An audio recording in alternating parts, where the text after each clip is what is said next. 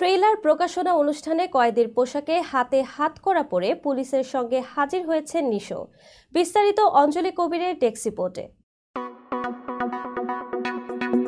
ঢাকাই সিনেমার জনপ্রিয় অভিনেতা আফরান নিশো সম্প্রতি তার আসন্ন সিনেমা দাগি এর ট্রেইলার প্রকাশনা অনুষ্ঠানে অভিনবভাবে হাজির হন।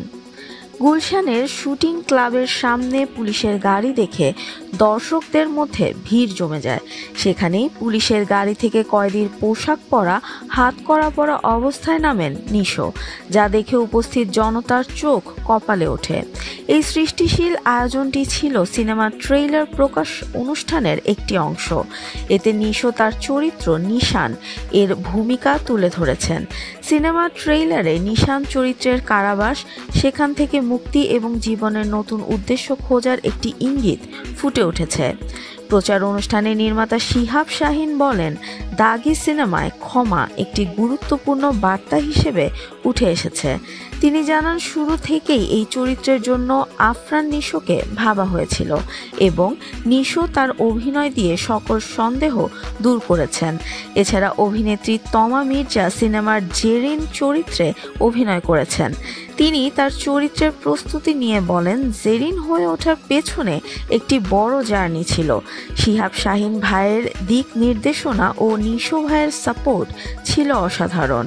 এই সিনেমার মাধ্যমে নিশো ও তমার দ্বিতীয় সিনেমা এই জুটি হিসেবে এটি বিশেষ হয়ে উঠেছে। এদিকে আফরান নিশো বলেন, যে কোনো কাজের জন্য প্রস্তুতি অপরিহার্য। মান বজায় রাখতে হলে অস্থিরতা থাকলে চলে না। তিনি আরও যোগ করেন, ভালো কাজ করতে চাইলে সময়ের গুরুত্ব সবচেয়ে বেশি।